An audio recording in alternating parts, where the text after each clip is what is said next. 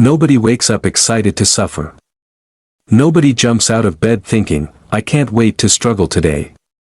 It's hard to get up early when it's cold, when it's raining, when everything in you says stay comfortable. But the people who win lace up anyway. Not because they love the discomfort, but because they understand what discomfort builds. Doing what you hate is often the doorway to greatness. Running isn't always fun, training isn't always enjoyable, studying isn't always exciting, but those actions build strength in your mind. You're not just training for a race or a moment, you're training for life. Every time you show up when you don't feel like it, you're building mental toughness. You want to reach a point where skipping your responsibilities bothers you. Where unfinished tasks stay in your mind and push you forward. Discipline isn't comfortable, and it isn't for everyone. It demands more effort than most people are willing to give, which is exactly why most people never reach extraordinary results.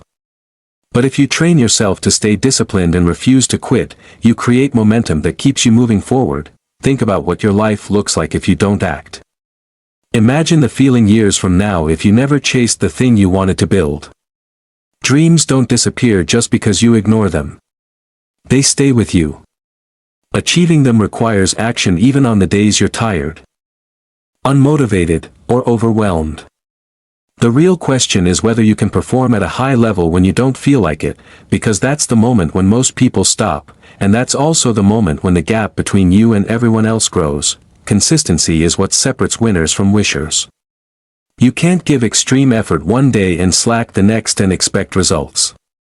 Progress comes from focused repetition, hitting the same target again and again with intention.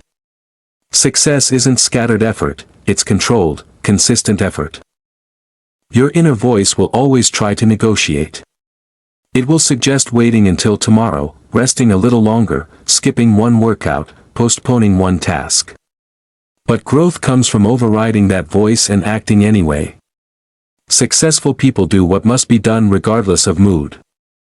Feelings don't determine outcomes, actions do. Every time you follow through on your own directives, you teach your mind to prioritize discipline over comfort. Over time, this ability becomes powerful. The biggest obstacle you face is rarely external, it's your own hesitation, doubt, and negotiation with comfort. When you stop negotiating and start executing, momentum begins. Pushing yourself beyond comfort builds determination and willpower that spill into every area of life. Discipline in one area strengthens discipline in others. That's how life changes, through repeated small wins that reshape your identity. You always have a choice. You can continue repeating the same habits and get the same results, or you can show up as a new version of yourself. Discipline isn't punishment, it's self-respect. It's choosing to become someone who follows through. Time keeps moving whether you act or not. Waiting for perfect conditions is just another form of delay. Short-term thinking chases comfort and immediate pleasure, but long-term thinking builds fulfillment and success. Small daily victories create larger outcomes over time. Consistent effort compounds. Even when progress feels slow, success doesn't come from doing something once or twice. It comes from mastering the mundane, doing ordinary tasks with extraordinary consistency. Many people quit because monotony feels boring, but excellence is built in repetition. Being relentless means refusing to let setbacks define your effort. Effort is completely within your control. Nobody can dictate how hard you try. Excuses don't produce results, action does. At some point, you must stop running from challenges and move directly toward them. Growth happens through confrontation with difficulty, not avoidance. When the path becomes hard, it's often a sign you're moving in the right direction. Fatigue, doubt, and struggle are not indicators to stop, they're reminders that progress is happening.